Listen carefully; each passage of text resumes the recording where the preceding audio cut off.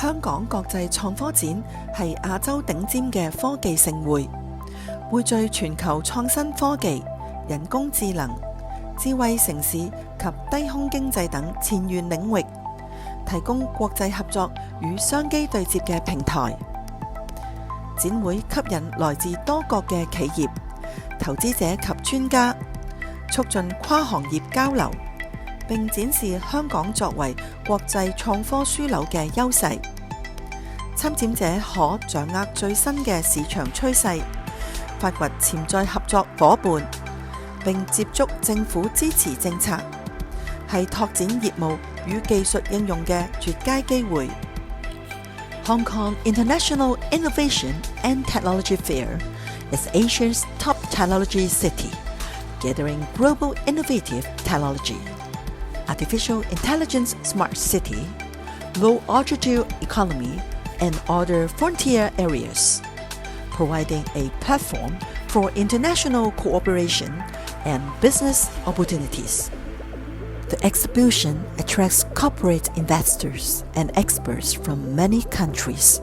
promotes cross-industry exchanges, and showcases Hong Kong's advantages as an international innovation and technology hub. Exhibitors can grasp the latest market trends, discover potential partners, and get in touch with government support policies.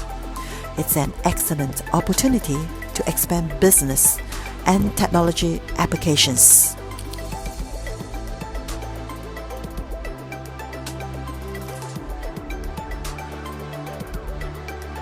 低空經濟係指以低空空域，